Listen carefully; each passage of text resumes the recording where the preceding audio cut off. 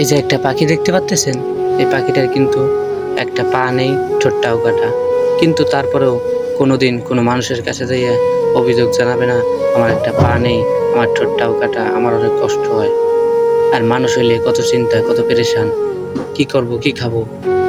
এর জন্য ভাই, আপনার আমার কাছে যেটা আছে সেটা নিয়ে আমি যদি সন্তুষ্ট থাকতে পারি, শুকরিয়া আদায় করতে পারি, তাহলে আল্লাহ পাক রব্বুল আলামিন আরো বাড়িয়ে দেবে।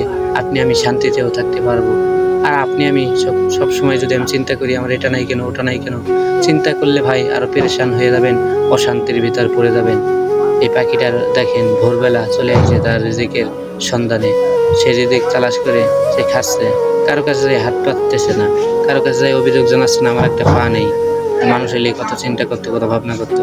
ভিডিওটা ভালো লাগলে লাইক কমেন্ট শেয়ার করে অন্যকে দেখার সুযোগ করে দেবেন। ধন্যবাদ সবাইকে, ভালো থাকবেন। আসসালামু আলাইকুম।